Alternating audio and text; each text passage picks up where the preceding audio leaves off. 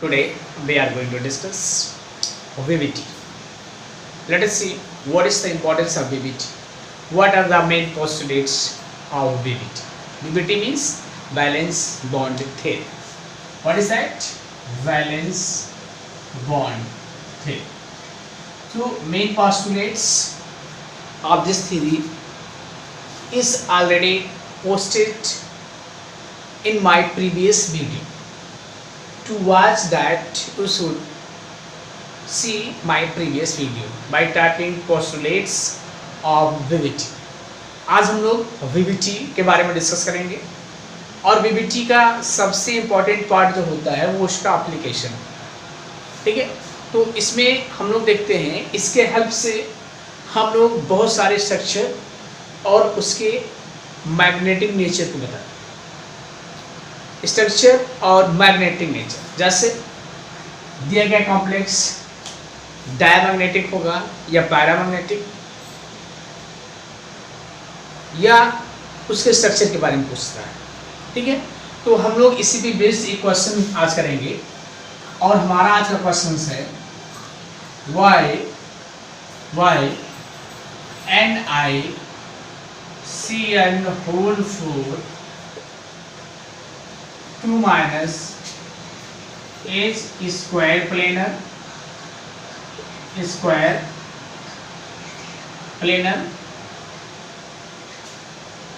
and ni cl whole 4 2 minus is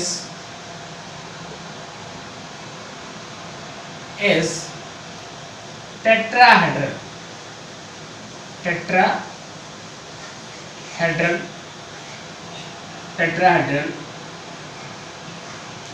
explain।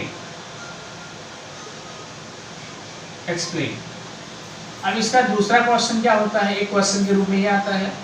दूसरा question क्या है हमारा, ध्यान देंगे, y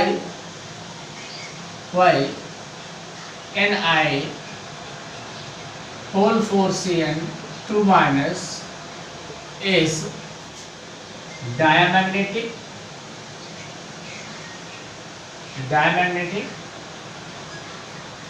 and ni cl whole 4 2 minus is paramagnetic. देखो बेटा, हम लोग इसमें देखते हैं एक्सप्लेन।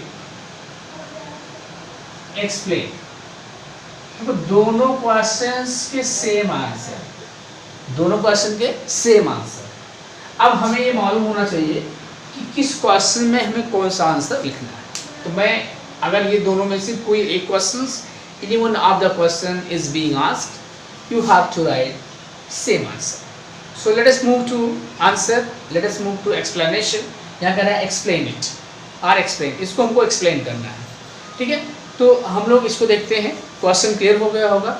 इन दोनों केस में जो आंसर होगा वो सेम होगा और जो मैं आंसर आपको लिखने जा रहा हूँ ये हमारा क्वेश्चन है। अब हम लोग इसको एक्सप्लेन करेंगे, इसको देखेंगे कैसे चीज़ें हो रही हैं इसमें, ठीक है।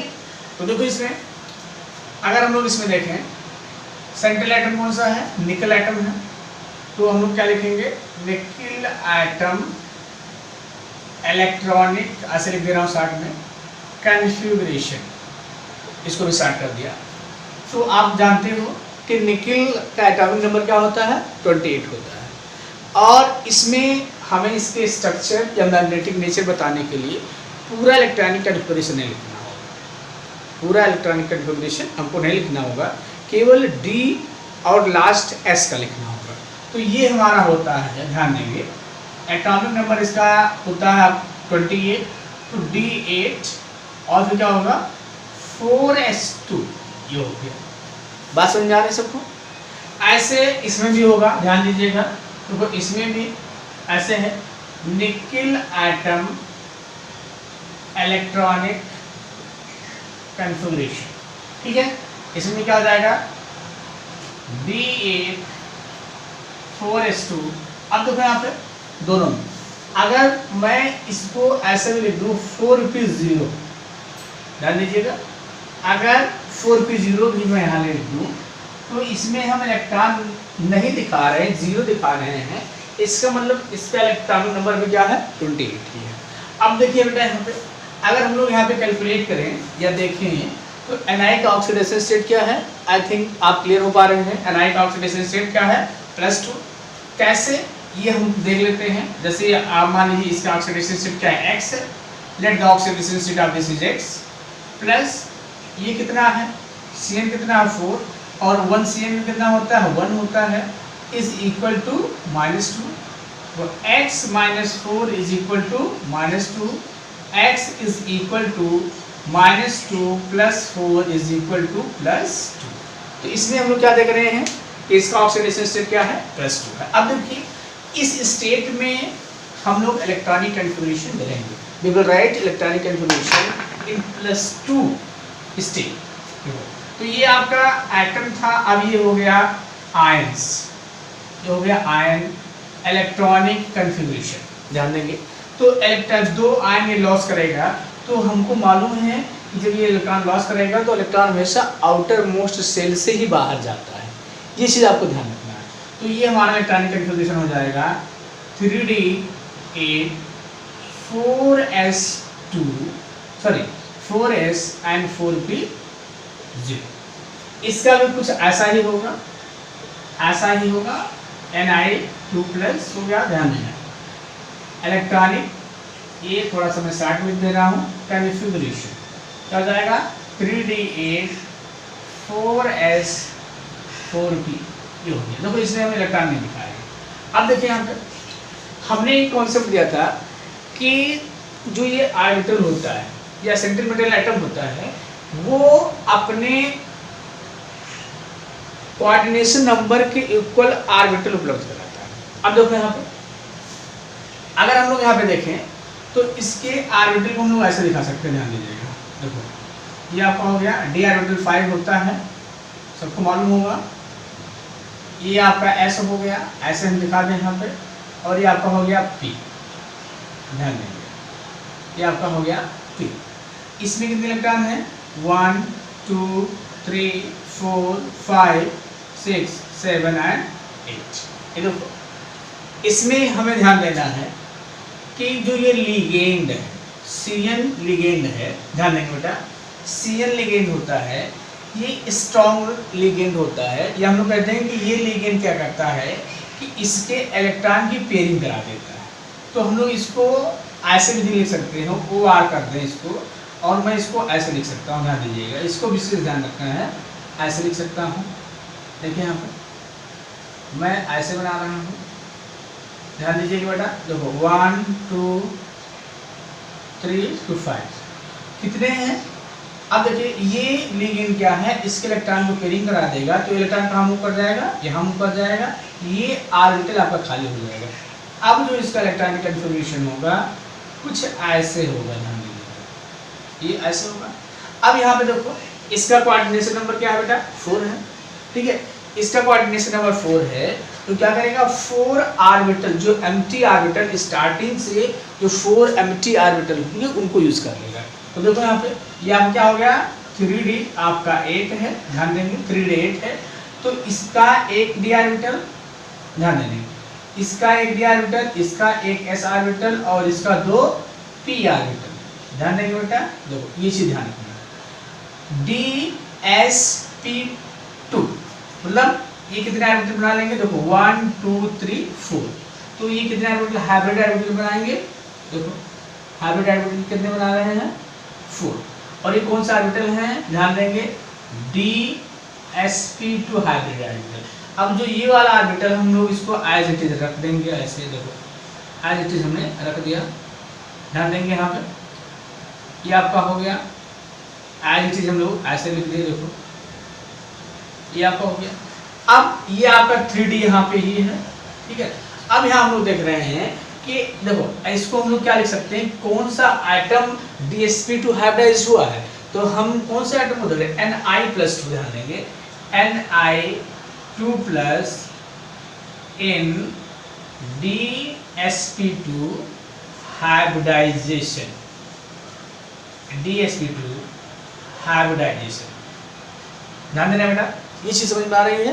अब देखो यहाँ पे ये जो हाइब्रिड ऑर्बिटल होते हैं बेटा, these hybrid orbitals are empty, these hybrid orbitals are empty and these hybrid orbitals are empty. In these hybrid orbitals the electrons of ligand overlap to form coordinate bond। मतलब क्या हो गया कि इसमें जो चारों ये लिगेंड्स हैं, एक लिगेंड इसके साथ, एक लिगेंड इसके साथ, एक लिगेंड इसके साथ, एक लिगेंड इसके साथ ओवरलैप करके और 4 कोऑर्डिनेट बांड बना लेते हैं। तो हम लोग यहाँ दिखा देते हैं, ध्यान देंगे, 4 pairs ऑफ इलेक्ट्रॉन, ऐसे दिखा दे रहे हैं, of electron from 4 Cn cyanide ions. ठीक है, अब देखिए ये इलेक्ट्रॉन अपना दे रहे हैं, तो इसके इलेक्ट्रॉन को हम लोग अगर चाहें तो ऐसे भी दिखा सकते हैं, कोई दिक्कत नहीं है, ऐसे दिखा दें या कुछ ग्रुप में क्रॉस करके दिखाया गया है, ध्यान देंगे। अब देखो यहाँ पे बेटा, ध्यान दो, यहाँ पे ये हो गया। अब यहाँ पे हम लोग नेक्स्ट लिख लें, ध्यान देंगे, नेक्स्ट अगर हम लोग लिखते हैं यहाँ पे तो ये कॉम्प्लेक्स, अब देखो यहाँ पे जो ये हमने देखा है कि कॉम्प्लेक्स कौन सा कॉम्प्लेक्स है। अब देखो यहाँ पे, यहाँ हम लोग लिखते हैं कि Ni, ध्यान देंगे, NiCN होल 4 2 माइनस कॉम्प्लेक्स, जो हो गया कॉम्प्लेक्स, ध्यान देंगे, ये आपका कॉम्प्लेक्स हो गया। कौन से हाइब्रिडाइजेशन में है, कॉम्प्लेक्स है, ये कॉम्प्लेक्स हो गया। देखो फिर क्या लिखते हैं हम लोग यहाँ पे, ध्यान देंगे, फिर क्या लिखते हैं हम लोग, इसको टाइम के लिए से इसको मिटा देते हैं। तो ये आपका कॉम्प्लेक्स हो गया, ऐसे ध्यान रखो, ऐसे आप यहाँ मिटा दो, ये कॉम्प्लेक्स हो गया। और इसका नेचर क्या होगा, ध्यान देंगे, इसका नेचर क्या होगा, इसका स्ट्रक्चर क्या होगा। तो यहाँ पे DsP2 है, तो कैसा होगा, complex is tetrahedral, sorry is square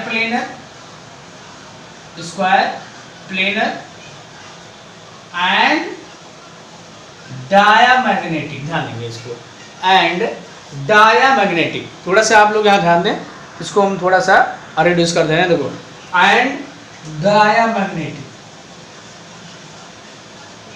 तो ये चीज आपको क्लियर हो गया कि ये कॉम्प्लेक्स क्या है, डायामैग्नेटिक है और स्क्वायर प्लेनर है। अब ऐसे इसी के साथ इसमें आ जाइए, जैसे आप इसमें बनाए थे ऐसे इसके लिए भी ऑर्बिटल आप दिखा दीजिए। देखिए इसके लिए भी ऑर्बिटल्स आप दिखा दीजिए। ये आपका हो गया 5d ऑर्बिटल्स, ये आपका s ऑर्बिटल हो गया, और ये क्या हो गया आपका p ऑर्बिटल है। ये 3 ऑर्बिटल हो गया, थोड़ा स्पेस कम है इसलिए हम लोग इसको यहाँ दिखा दे रहे हैं। अब देखिए यहाँ पे इसमें ध्यान देंगे, जो ऑर्बिटल है या d इलेक्ट्रॉन्स हैं, तो इसमें ये क्या हो जाएगा, देखो 1 2 3 4 5 6 7 और ध्यान देंगे ये हो जाएगा आपका 8।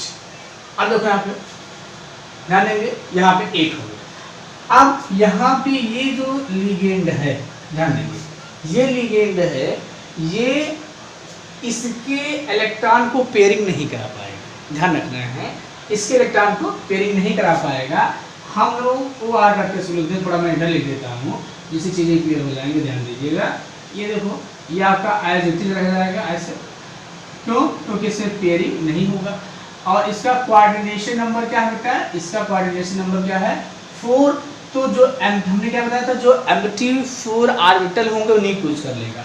तो यहाँ देखो आप, ये आपका ये कौन सा ऑर्बिटल है, ये 4s का एक ऑर्बिटल है, ये 3d 8 है, और ये 4p का ऑर्बिटल है। ध्यान देंगे ये 4p का ऑर्बिटल है, और इसमें कितने ऑर्बिटल हैं, 3 ऑर्बिटल हैं। अब देखो क्या करेगा, हमने क्या बताया था कि जो s ऑर्बिटल होगा, या हम लोग ऐसे कर सकते हैं जितना इसका कोऑर्डिनेशन नंबर होगा उतना एम्प्टी ऑर्बिटल ये यूज करेगा हाइब्रिडाइजेशन के लिए। तो 1 2 3 4 और इसका कोऑर्डिनेशन नंबर क्या है 4 है। अब कोऑर्डिनेशन नंबर क्या होता है ये आपको मालूम होगा कि number of ligands directly bonded to central metal atom is known as coordination number. तो ये चीज आप यहाँ पे ध्यान रखो, ये हो गया। अब ये क्या करेंगे, ये आपके चारों ऑर्बिटल आपस में मिलके और हाइब्रिडाइज हो जाएंगे और ये आपका बनेगा, ध्यान देना, ये आपका हो गया 4 कौन सा ऑर्बिटल, एक s 3 p निकालेंगे, 4 ध्यान देंगे 4 sp3 हाइब्रिड ऑर्बिटल्स,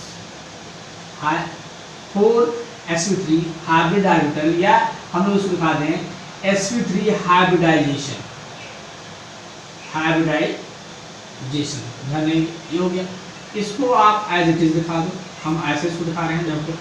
अब यहाँ पे हम लोग देख रहे हैं कि जो ये आपका बेटा ऑर्बिटल है, ध्यान देना, ये जो आपका ऑर्बिटल है ये किसका ऑर्बिटल है, तो हम लोग क्या लिख सकते हैं, देखो यहाँ पे थोड़ा सा मैं इसको इरेज कर दे रहा हूँ जिससे चीज़ आसान हो जाए। देखो यहाँ पे हम लिख रहे हैं Ni2 प्लस इन sp3 हाइब्रिडाइजेशन, ठीक है, हाइब्रिडाइजेशन, ध्यान देंगे। अब नेक्स्ट स्टेप में क्या होगा कि ये चारों ऑर्बिटल्स जो हाइब्रिडाइज ऑर्बिटल हैं, कौन से sp3 हाइब्रिडाइज ऑर्बिटल हैं, इन चारों ऑर्बिटल्स के साथ, ध्यान देंगे, इन चारों ऑर्बिटल्स के साथ इनकी चारों लिगेंड, इसमें लिगेंड क्या है बेटा Cl है, और ये क्या करेंगे, इसको इलेक्ट्रॉन देके 4 कोऑर्डिनेट बांड यहाँ पे ये बना लेंगे। थोड़ा सा आपको ध्यान रखना, कितने बांड बनाएंगे बेटा, ये 4 कोऑर्डिनेट बांड यहाँ पे बना लेंगे।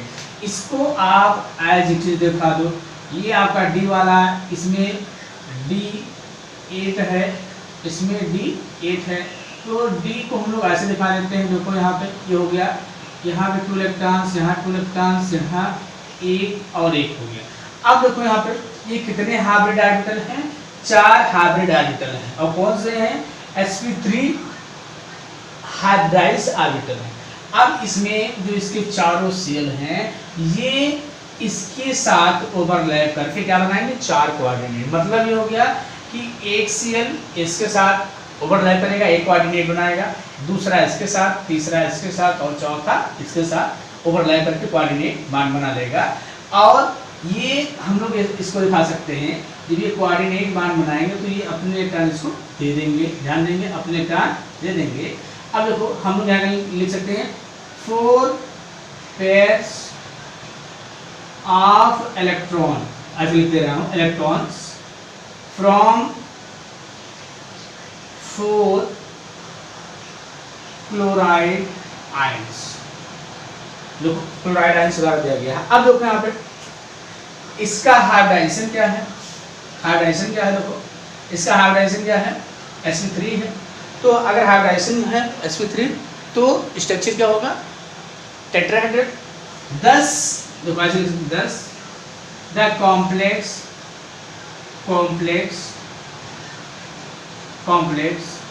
इज टेट्राहेड्रल, ऐसे लिख लो आप, 10 द कॉम्प्लेक्स इज, यहाँ लिख लो आप थोड़ा सा इससे चीज़ आसान हो जाए, 10 द कॉम्प्लेक्स इज टेट्रा, यहाँ पे लिख दे रहा हूँ, देखो बेटा इसको, 10 द कॉम्प्लेक्स इज, दिखाई दे रहा है, इज टेट्राहेड्रल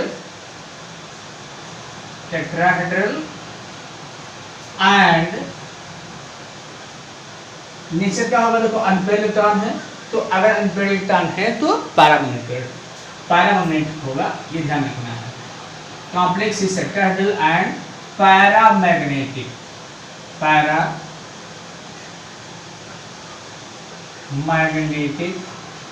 देखो अब यही क्वेश्चन था, 2 क्वेश्चन को लेकर हम सॉल्व किए हैं और दोनों के लिए एक ही आंसर हमको लिखना है। क्या क्वेश्चन था, हम एक बार रिवाइज कर देते हैं। इसमें कहा गया था कि why this complex is square planar and that is tetrahedral, पहला क्वेश्चन इसका ये था। और फिर दूसरा क्वेश्चन क्या इसके लिए बन सकता है, why this complex is diamagnetic and that is paramagnetic, तो दोनों के लिए सेम आंसर लिखना है, इस चीज़ को आपको ध्यान रखना है बेटा। तो आज मैं इसको यहीं पे रोक रहा हूँ, नेक्स्ट डे मैं नेक्स्ट टॉपिक के साथ, नेक्स्ट इंपॉर्टेंट टॉपिक के साथ आपके सामने आऊँगा। तब तक के लिए धन्यवाद। जय हिंद, जय भारत।